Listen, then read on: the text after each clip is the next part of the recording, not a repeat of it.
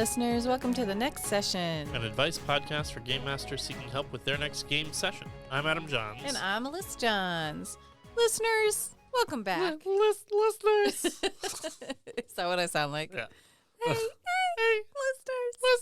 Listeners. No, it's like someone just shut this podcast off. They were like, that high range? That was too much. Hello, listeners.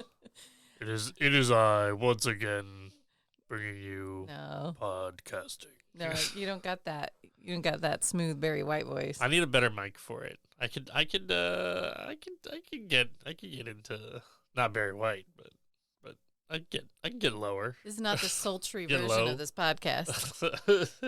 It's more like, that's the tone of the podcast. That's a little more accurate. Yep.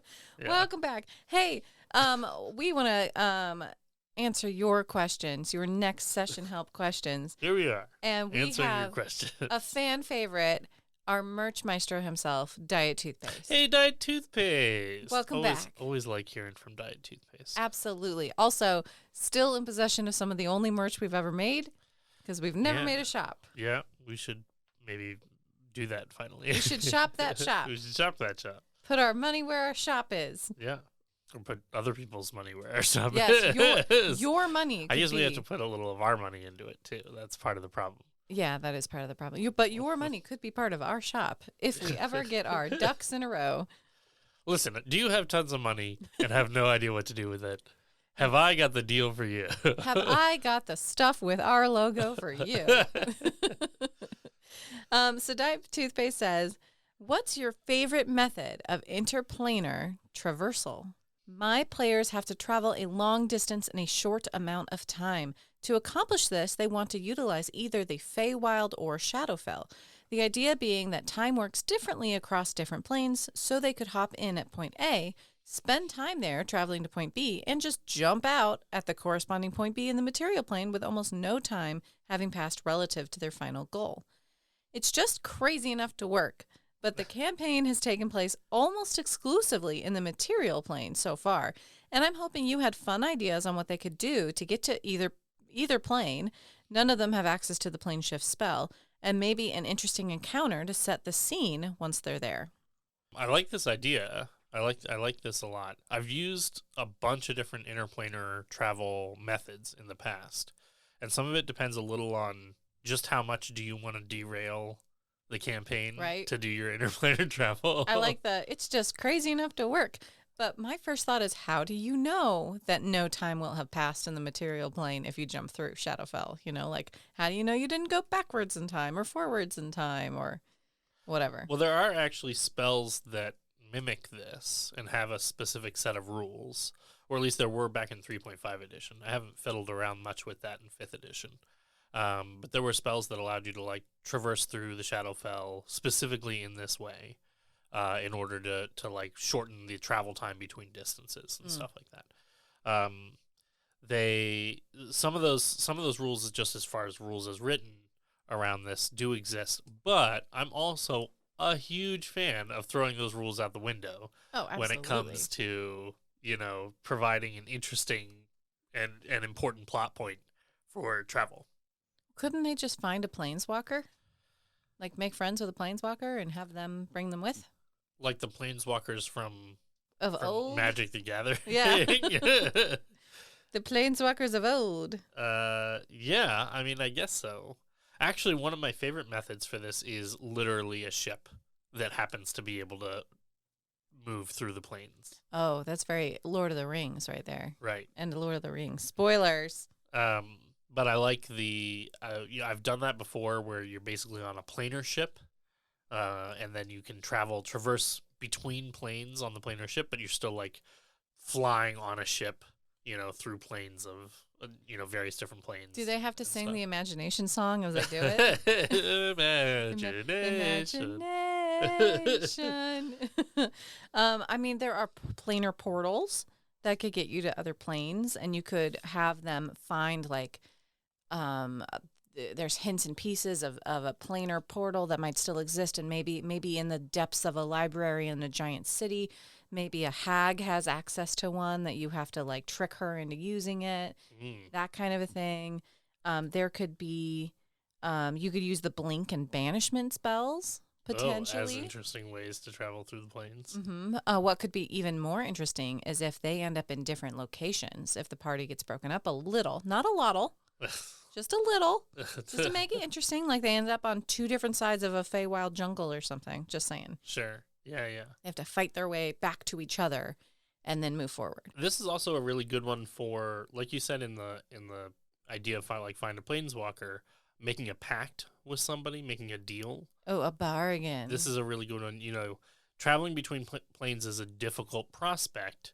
Powerful creatures can do that, but powerful creatures aren't interested in helping you out necessarily without maybe a little bit of give for their help. I've done this before where I've had the players basically had rescued a powerful creature who then granted them access to shadow steeds. Shadow steeds. So they I got like to that. ride shadow horses through the the plane of the Shadowfell, which was pretty cool. I've also done it before where the players use nightmares. Okay. Literally within their own nightmares. They drank special potions to have grant them nightmares, and then had to wrangle the nightmares from their dreams, and then ride the horses through the Shadowfell. What if they had to find the material plane version of the river Styx and find the boat? The boatmaster? Yeah, the boatmaster, and like bargain with it. Or trick it in some way that instead of taking them across their river, it takes them across the river Styx, and then they end up in whatever Shadowfell or wherever. Yeah, what's interesting here is, I believe that according to the lore of the world of Dungeons and Dragons, the Shadowfell and the Feywild sit basically right next to the material plane.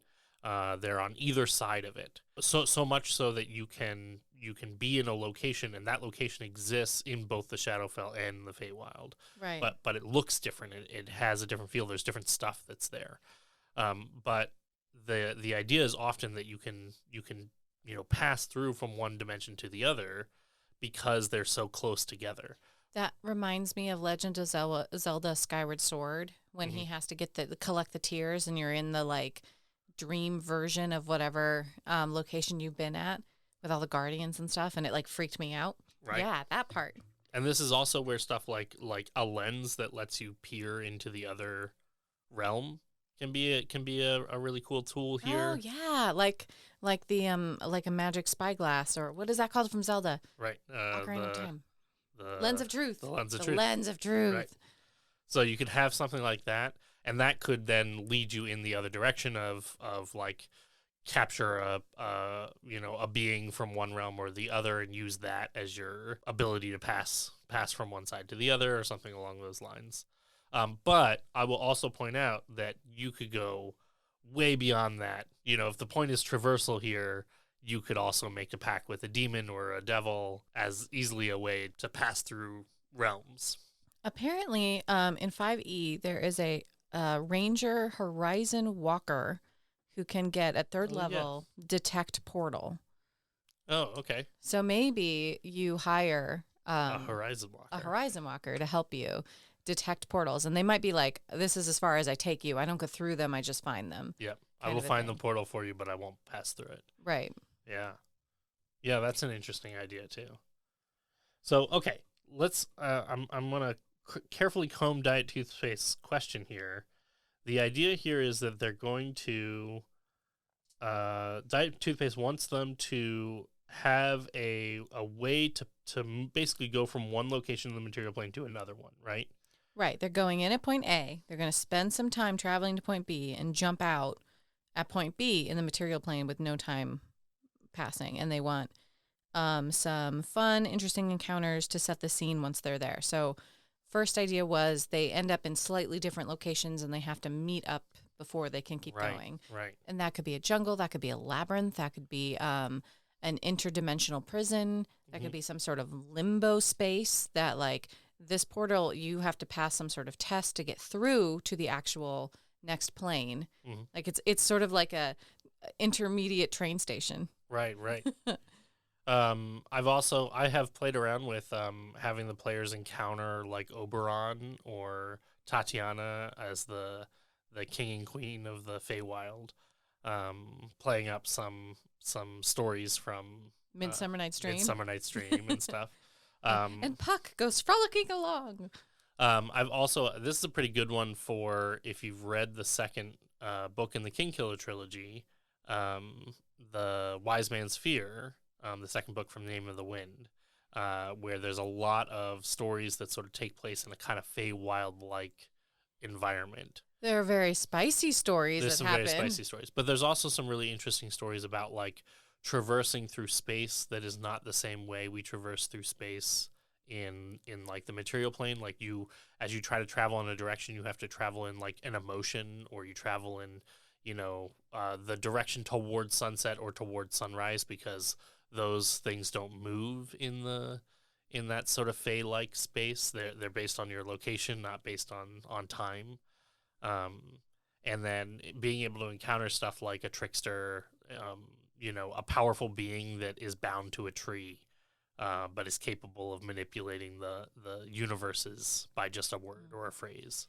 If you have the players hire the ranger that we talked about, you could have them say something like, you have to get to point B where you're trying to get to, you need to follow the lights. You need to follow the fire or the lights or something, some trail. Uh-huh. Don't deviate from that. And then it could be like, there are shadow creatures that will come if you step away from the light, and they're going to try and drag you away to have encounters. And then you could roll to see like if anyone happens to see them, or if anyone happens to step outside the light, what alerts them to their presence.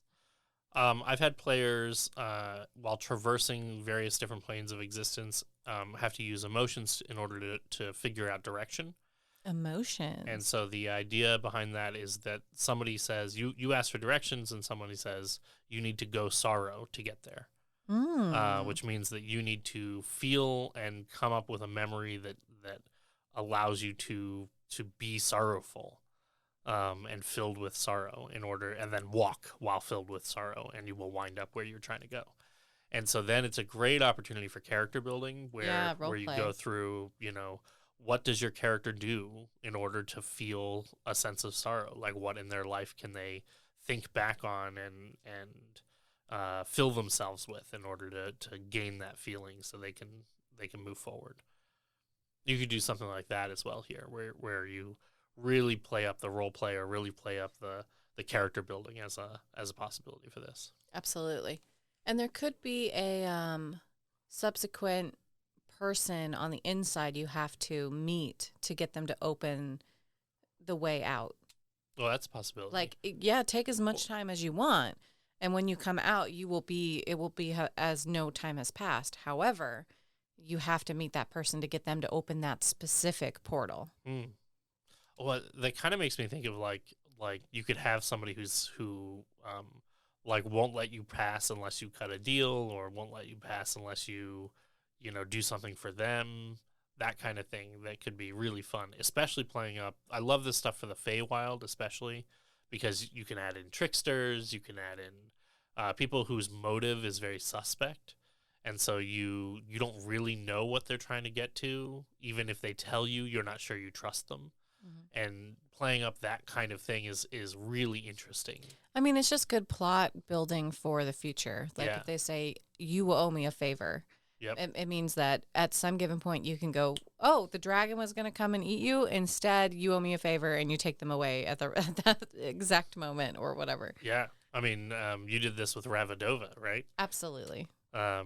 Sort of a Baba Yaga-esque witch that Alyssa put into a campaign, and everybody basically got to cut a deal, and the deal was... she gave you a coin or something. I think she gave a coin, which you could turn back in to cut the deal in the future. And then it would be of her choosing, and she took... she would name the price, and you would have to pay it.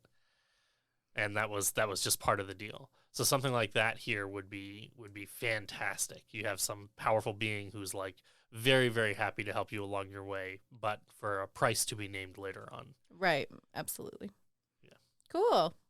Well, I hope that helps, Diet Toothpaste. Yeah. I'm excited to hear how that comes together. Yeah. Catch us back up after. Yeah. Or Very you cool. could say, that all sucked. I didn't do any of I it." didn't do anything. Moving right along to our Ask a GM question, which is from Majora's Descendant. Descendant, yeah. Majora's Descendant. Fantastic name. Yeah, like a descendant from Majora's Mask or whatever. Well, we have been talking a lot about Zelda so far. That's true. It seems very appropriate to have Majora's Descendant right here. Yeah. Legend of Zelda is one of my favorite games of all time. Can I admit to you, I've actually never played through Majora's Mask. Yeah, I know. It's terrible. Get out. Yeah. Out. Banished. Banished off the podcast. Go hook up the N64 and put Majora's Mask in, and I will help you. I played that game so much, I learned how to tell time on the clock. The clock that's tower. a weird clock and thing. It was at the time where, like, I set it as my background on my phone screen, so it was the clock. So people would go, "What time it is?" And I would be that person who would go, it's actually this time. Look, I can read this weird clock. And they'd be like, "You're a nerd." And I go, "I know." You're a nerd. You suck. I haven't looked at that in a long time, the clock, so don't ask me how to do it right now. But at one point I did. I had it down. It was really good. Okay, Majora's Descendant says, "My wizard is a necromancer, and he has been using the Raise Dead spell. According to the rules, he can also use the Create Dead spell at the same time because neither are concentration. He can also cast them at higher level, which makes it so he gets more undead. He could be having about 15 zombies and 2 mummies at a time. Should I let him do this, or should I put some rules on it? I just want your thoughts around it to give me ideas on how to play with it." Interesting. Okay. This comes up from time to time as a game master where you get various different kind of players whose focus is really on creating summons or creating, this happens a lot with druids where it's like, I'm going to create, a whole horde of beasts or whatever that you're going to have to control, and certainly comes up with like necromancers. You think like the classic Diablo 2 raised skeletons necromancer style of, I have an entire army of minions at my disposal. That is really like the way I have focused my character. If the question here is it possible to do this? The answer is yes, absolutely. There are some complicated little hoops to jump through. There's stuff like the spells that are being used here, which, by the way, I think the spells that the Majora's Descendant is actually asking about are not specifically Raise Dead, which is more of a like bring your teammate back to life spell, but Animate Dead and Create Undead are the actual names of those spells. It must be Create Undead if they're creating them. Right. Because Animate, you would be like, are we in an ancient graveyard? I mean, the interesting thing about Animate Dead is that you can continue to cast it each day to keep your animated dead alive or mobile. I guess they're not alive. Don't you need to be around dead to animate it? You can't just animate it out of nothing. Initially, yes, but presumably they're off fighting monsters or they're off doing adventuring, right? And so they're coming across dead, and he's just animating them there. So the idea of like, can they have 15 zombies and 2 mummies, as an example? Yeah, you kind of can, because you can use Animate Dead. Now, to do that, you have to be pretty high level. Create Undead is a level 6 spell. So it means that your wizard here is maybe level 11 or 12 or higher, just to be able to cast that spell at all. Much less the fact that Create Undead requires you also to keep casting the spell every day in order to have those mummies under your control that you're getting to have around you and actually use all the time. I like the idea that you're like, this is Bob and this is Fred, and they're going to be our friends for a while until I stop animating them. So get used to it. I choose to stop using my 6th level spell slot for this. Fred, don't you eat anybody. I won't cast you again. Don't do it. Don't do that. I see you drooling over that guy. That's my teammate right there. Nope, don't eat the don't eat the lobbed off foot. We need it to grow up, to put it back on.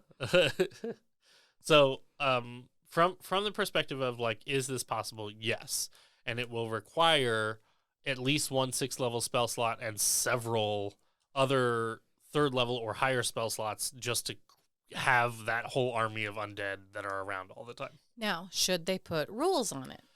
Yes. Now, the biggest problem here that I find whenever this happens is that person's turn now takes forever. Forever. Right. You have 15 zombies you're going to make attacks for, and 2 mummies, and yourself that you all have to make attacks for, and it's so boring for everybody.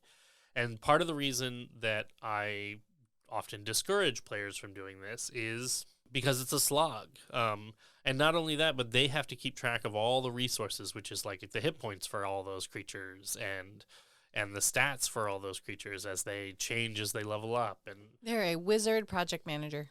But aren't we all a little project manager when we play D&D? That's kind of true, with varying amounts of that. I mean, I know I add D&D to my resume in secret ways. Yeah. It's secret ways. I just add it to my resume in the regular way. Yeah, well, not all of us are professional dungeon masters. Just saying. So there are some ways to streamline some of this, and I encourage you to make this really a conversation with your player. So Majora's Descent, when you're talking with your players about this, and you say, look, this your turns are going to take for a long time if you have this many summons. I like that you're playing your character in this way. I want to make that accessible, but I don't want to make the game boring for everybody else just because of it.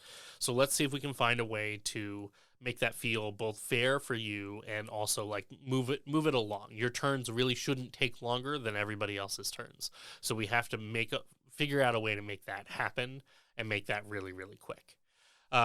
There's a few different ways that I've done that. I've done making the player just have a ton of dice, and you like literally roll all your attacks at once. Oh, and yeah. And then you just move your attacks, out of the way or whatever. And you can color code it, like zombies are gray and mummies are blue. Right, exactly. And you can be like, great, there's all the attacks. The mummies hit, the zombies, 3 of the zombies hit, done. And you can even get your damage dice in the same way, where you can get like, bam, here I've got my color-coded damage dice. So if the player's like ready to do that end of it, like I'm on top of it, ready to get through these summons as quick as possible, that might be a way to do it. But there's also some like easy go-to ways to just streamline some of that process from the other side.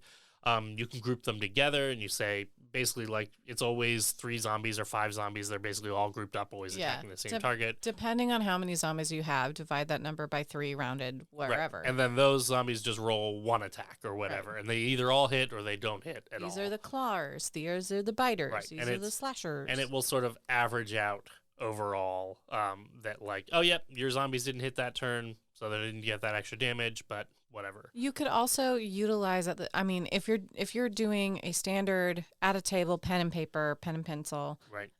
You could also have a laptop open with like Roll20 or something that you could easily just do all of the attacks for the zombies and the mummies ready to go. Right. Yeah, absolutely. More streamlined. Yeah, you could use some tech, right? To more or less like help you streamline it. Like, push a button and be like all the attacks are rolled. There you go. And make that a little bit easier. One of the other things that I've done is sometimes, especially for like little minions, like I'd probably roll the attacks for the mummies because they are a little bit beefier. But for like all those zombies, I would probably I might just average the attacks and say your zombies always hit, but they only do 1 damage. Something like that. So like you feel free to spread your zombies out. You get to decide where the damage gets distributed. Surround one guy if you want. I will make the zombies always hit, but on average they're so it basically averages out to whatever their damage normally would be in a round to have 15 zombies all around. Yeah, but then you can kind of have that just be like some damage you sort of get to distribute. That could be kind of hard if you're fighting a big beefy monster and like I missed on my attack and I'm like this like awesome, look at my AC, look at all the stuff, and then that 1 hit point zombie hit. Yeah. Are you kidding? Yeah, and that could be, a consideration of that. But don't you sometimes give the summons to other players? Yes. It's also a great way to do this. Remember that the goal here is I don't want the other players to be bored.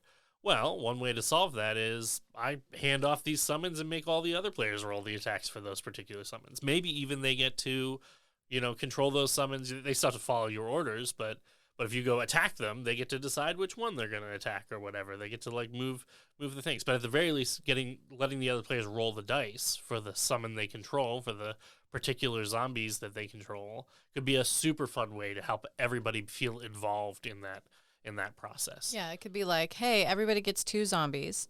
I'll take the mummies. Right.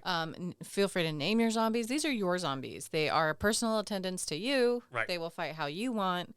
I have willed it so. Right. And that could be a really fun way to keep everybody involved with that when they get to go like, oh yeah, Bill hit or whatever. Bill with a trucker hat. Yeah. Colin. So that can also be a fun way to do it. Some of the other concerns that sometimes come up with this are just it winds up being very powerful. It's a lot of summons, which means it's a lot of targets on the table, and it can feel like, oh my gosh, this necromancer is so much more powerful than all the other players. But I will point out that, individually, those 15 zombies are not very powerful. Right. There's a lot of them. 15 is a tremendously high number, but it is the wizard in this case spending a lot of spell slots to be able to have that. I mean, those are spell slots that they have to spend every day. A 6th level spell is a wildly powerful spell, and they're spending it getting 2 mummies that they get to just have follow them around. Think about the other spells they could be using with that 6th level spell. So you do want to consider the resources that are being spent on it already, as well as the fact that if you really are finding that this is steamrolling over a lot of combats and the other players aren't really getting a chance to contribute, you might put in some tougher targets that like you said, the zombies, can't hit this target. They just don't have a high enough attack bonus. They basically have to roll a critical success to hit the target at all. Or they become the first wave of defense. I mean, they go quick. Right. That's the other side of it, is the zombies don't have a lot of hit points. All you need is one breath weapon. Yeah, one good area attack and bam. One decent dragon coming in with a flame breath, and all of a sudden you don't have any zombies anymore. Yeah. Problem takes care of itself. Right. And that can feel kind of cruel to do for a player who's really based their character around this. But I think so long as you balance it, let them steamroll a couple of battles, and then let them have a battle where they really struggle because their zombies get taken out, and then make that very clear. There's some battles where you're going to be a lot more successful, and some battles where you're not. You're going to have to rely more on your teammates. Right. Absolutely. Well, thank you, Majora's Descendant. And just a reminder, if you would like a sticker, please send me another email with your address or the address you would like your sticker to go to. Oh, yeah. No one's taken me up on this yet, but you can also donate your sticker to someone else that you want. I did not know that was an option. Why I guess not? it doesn't makes perfect sense. I just need an address. I'll just send a sticker wherever. You can just give us any old random address. They're like 1600 Pennsylvania Avenue. Yeah. I'm like, okay, right. The president gets the sticker. Or the Secret Service who rips it and shreds. Yeah, probably. Yeah. I don't know how mail to the president goes. I doubt you can just send a sticker to the president and they put it on their briefcase. That would be the best. No matter what. That's some good advertising. Politics aside. Yeah. President opens their laptop one time with my sticker on it, done. Yeah, that'd be pretty amazing. That'd be hilarious. All right. Let's move on to everybody's favorite theme song, Use That Spell. Ba-da-ba-ba-bow. Use that spell. I'm just assuming it's everybody's favorite theme song. I assume so too. It's our oldest and greatest. So this time for Use That Spell, we are talking about Incendiary Cloud. Ooh. A whole cloud of incendiaries. Incendiaries in a cloud. It's level 8, casting time 1 action, range of 150 feet or 20-foot area. VNS for the components. The duration is concentration 1 minute. It's from the School of Conjuration. I never talk about the school, but there you go. It says, A swirling cloud of smoke shot through with white hot embers appears in a 20-foot radius sphere centered on a point within range. The cloud spreads around corners and is heavily obscured. It lasts for the duration or until a wind of moderate or greater speed, at least 10 miles per hour, disperses it. When the cloud appears, each creature in it must make a dexterity saving throw. A creature takes 10d8 fire damage on a failed save, or half as much damage on a successful one.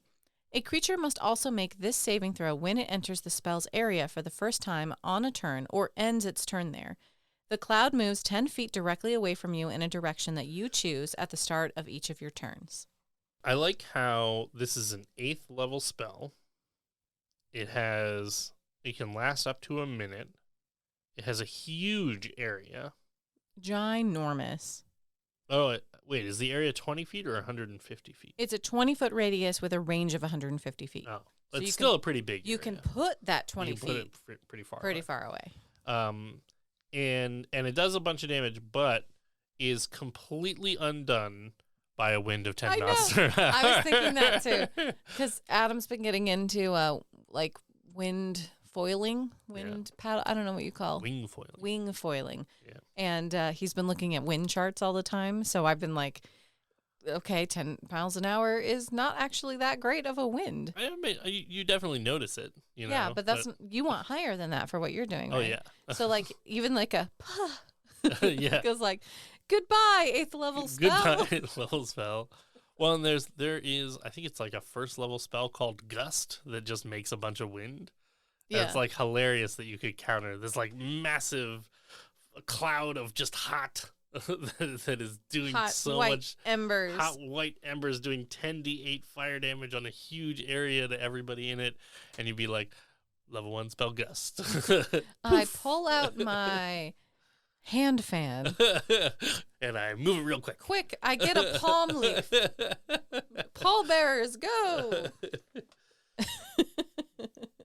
You would think that it would make it hotter, the wind. I would assume. Add air, yeah. but no. Yeah. Nope, it just goes away. Poof. I guess aside from that wildly ridiculous weakness to this spell, like if it were a 5th level spell, I'd be like, all right. But an 8th level spell, right? like it's such a ridiculously high level. Not only that, but at the beginning of each of your turns, you can move it 10 feet directly away from you in any direction. But if you move it fast enough, doesn't it generate its own wind?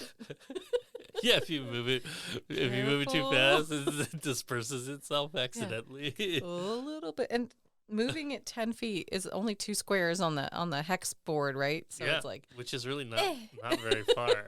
Yeah. Actually, you know what? I am wildly disappointed with this spell. Yeah. I really can't think if it weren't an 8th level spell, I'd be like, all right, interesting, super fun. 10d8 fire damage is quite a lot of fire damage, but it's not that much more fire damage than a fireball, which is a 3rd level spell. And you don't have to worry about the fireball not working because of a strong wind. Yeah, it's pretty hilarious. And I don't know of any other cloud-like spells that get disrupted by wind. Like even Cloud Kill doesn't, right? It does say until a strong wind disperses the fog, ending the spell. It does not specify how strong a wind. Okay. But I would have to assume that Gust would also remove Cloud Kill. To be fair, there aren't that many cloud-based spells, so there's not really a lot of reasons to take the spell Gust. Oh, even better, Gust is a cantrip, by the way. Okay, here's a question. Yeah. I do a little bit of Gust on my big Incendiary cloud. Does it destroy only some of it and make the cloud smaller, or would it just poof the whole thing? It is, because by rules as written, it sounds like it poofs the whole thing. I think it poofs the whole thing. But technically, the cantrip Gust arguably could not disperse some of these spells.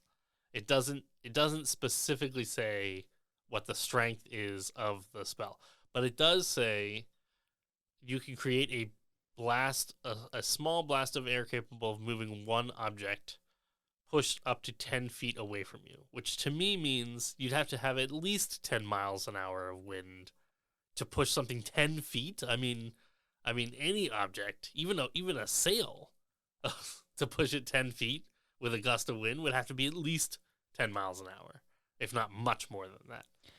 I'm trying to look up to see if there's like outrage online about the wind dispelling this spell. And most of the argument on the spell is just the wording about moving 10 feet directly away from you in a direction you choose. There's lots of arguments about that. Why? About it specifically being away from you? Yeah. Yeah. Apparently Jeremy Crawford had to step in online and be like, the final sentence of the spell is your answer. That you choose? Yeah. You choose its heading. Anyway. But it still has to be away from you. Right. Again, all of that feels so lackluster for an 8th level spell. It just feels like that, Yeah, it should just be the cloud moves 10 feet per round the way that you want. Yeah, to put into contrast, some of the other 8th level spells are anti-magic field. Wildly powerful. Completely stop all magic in this area. For an hour. Yeah, it's so interesting. Earthquake is an 8th level spell. Make an actual earthquake. No one's talking about that the wind just blows this away. They're just talking about the direction being the biggest fault. One of the other 8th level spells is one that I think we've talked about. Mighty Fortress. A literal stone fortress instantaneously erupts out of the ground. I don't think we've talked about that one. You've never talked about that? And now I think we should. It's 120 feet on every side. It's gigantic. Mighty... What was it called? Mighty Fortress. Yeah, no, we haven't talked about that one. We did talk about Maze, though. Oh, Maze is good. Maze is an 8th level spell. Oh, that was our 19th episode, Maze. Yeah, wow. Which is where you banish a creature to a labyrinth demiplane, which does not have a save. Maelstrom, Magic Jar, Moonbeam. Those are some of our M spells that we've talked about. I have a list. Yeah. Mordekainen's Faithful Hound. Oh, yeah, Mordekainen's. Mass Heal. Magic Aura.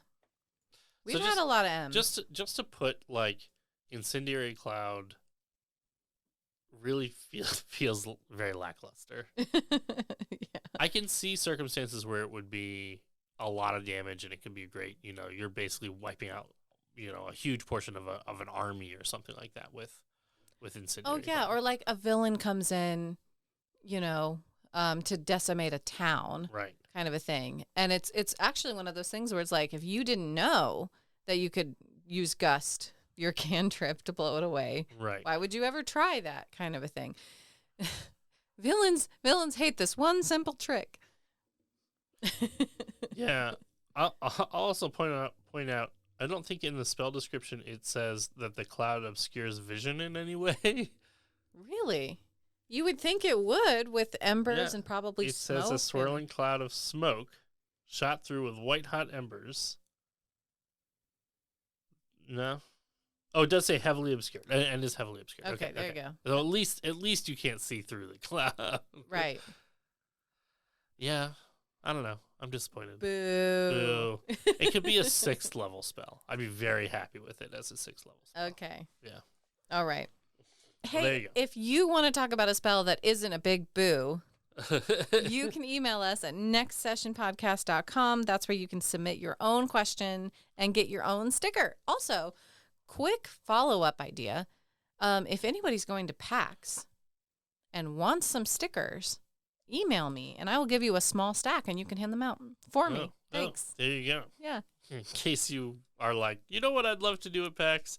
Promote love some other thing. to promote somebody else's podcast. That would be great. DietToothpaste, just saying, wink, wink. That would be awesome.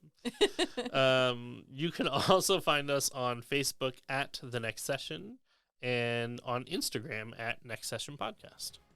So I'm Adam Johns. And I'm Alyssa Johns. Tune in next time, and we'll help you prep for your next session.